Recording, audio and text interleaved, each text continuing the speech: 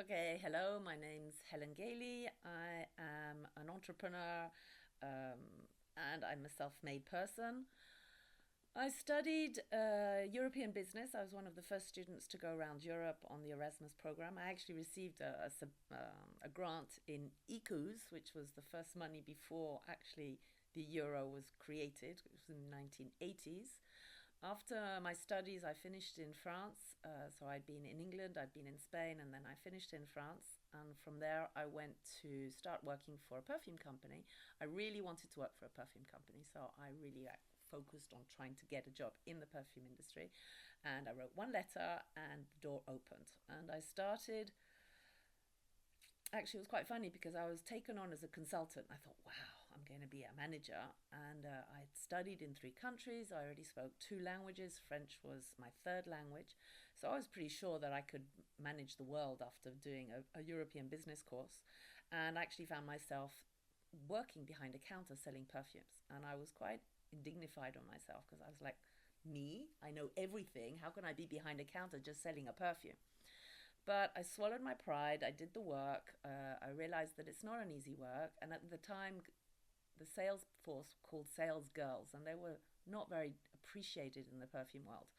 Today, we call them beauty consultants, and we realize that the person who's actually selling the perfume is the last chain in a whole work of who's giving the final product to a client. So after spending a few months behind counters selling in European duty free shops, I started becoming the manager of all these sales girls, and I realized that my work on the field allowed me to have the credibility to be able to tell them how to sell. And so my humility, I learned from that experience that I had a certain credibility to sell or to teach people how to sell because I'd actually done the work behind the counter. But it took me a bit of a while because when you come out of school, you think you're the best person in the world, and it's not the case.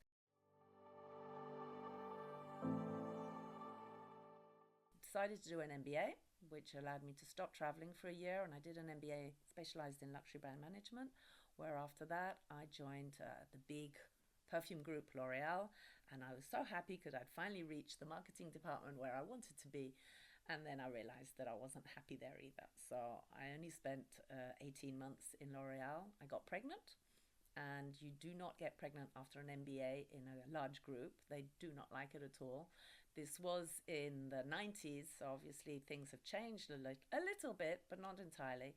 And from there, I went to the entrepreneur world and I joined a family business where I helped increase the business. And at the same time, I could find that equilibrium with my family and be able to look after my children. I had three children in 4 years.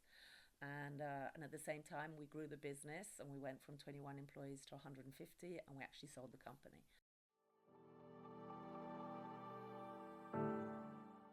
And then we decided to move countries, and we came to live in Switzerland.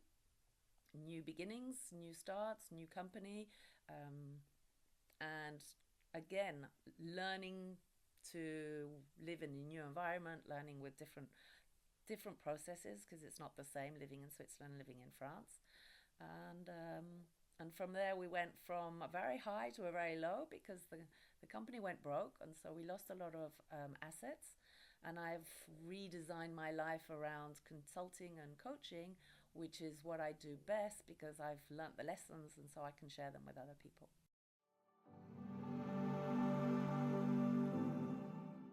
First of all, you've got to get things done. So it's a question of action and finding the right people to work with. You need a good team. On your own, you can't always do things. So you need to be surrounded by the right people and you need to have the motivation. There will be a lot of people around you who will say, you can't do that, or that's not correct, or that's the wrong way. You've got to listen to your gut, you've got to feel things, and you're going to make mistakes. There's no doubt about it, but you have to keep moving forward and you learn from those mistakes. So, yes, you learn that you don't trust certain people, then you need to also follow your instinct a lot of times. Whereas if you think, don't quite feel that, believe in your own instincts. Don't let anybody convince you otherwise.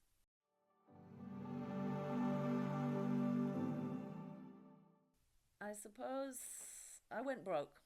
So I went into a financial liquidation of the company.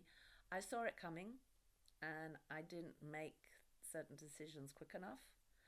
So failure will happen, and you've got to be able to realize that it's coming, and perhaps, by taking those steps beforehand and not allowing the tsunami of disaster to arrive, maybe you can organize yourself better. So I'd have taken perhaps different measures. Working with family is not easy because you don't make the same decisions with an associate than you do with your own husband or with family.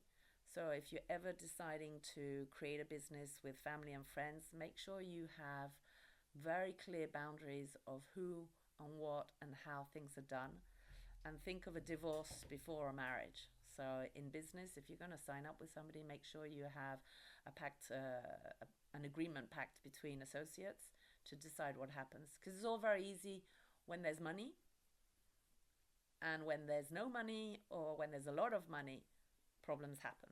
So make sure that you've thought about the worst possible scenario before it happens.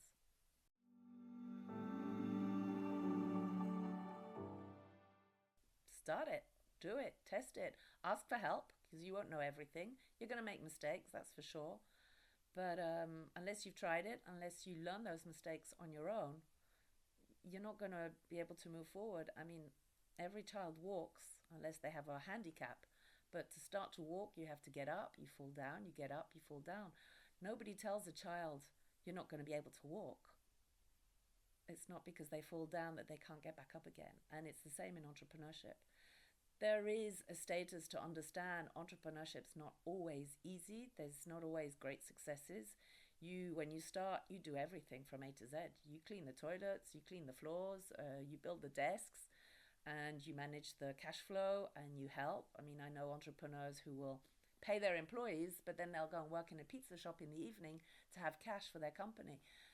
You've got to swallow your pride, and you've got to move forward and believe in what you're doing. And so long as you're giving a service, so long as you're bringing value to somebody else, your business will work. But you'll make mistakes, that's for sure.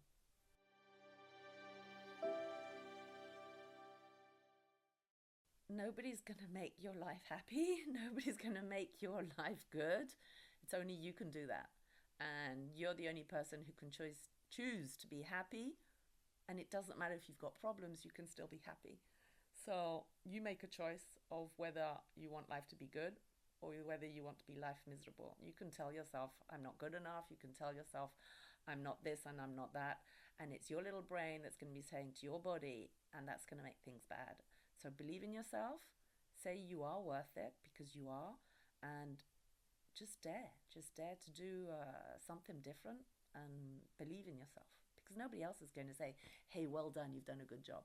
But you can say to yourself, hey, you're safe, you're good. And I think we all come to a lot of spirituality in a certain age of our life.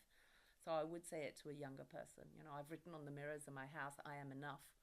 My son doesn't understand why I've put that on the mirror. But believe you me, that is a very strong saying. You are enough. You are capable. So try it. Be nice to yourself. Speak kindly. Because if you don't speak nicely, who's going to love you more than yourself? And it's not a question of, I'm egoistic and I think I'm the best. It's a question of being gentle on yourself, because your mind will tell your body and your body will tell your mind, and there is interaction. There is a lot of interaction. I believe very much in Amy Cuddy's study. She did a TEDx that's been seen millions of times about how your body influences your mind and how your mind will influence other people because of your body gestures and because of the way you've stood up. So believe in yourselves, yeah. Okay, thank you very much. I hope this is a little bit of advice. If you take just one point out of it, then good for you. Thank you.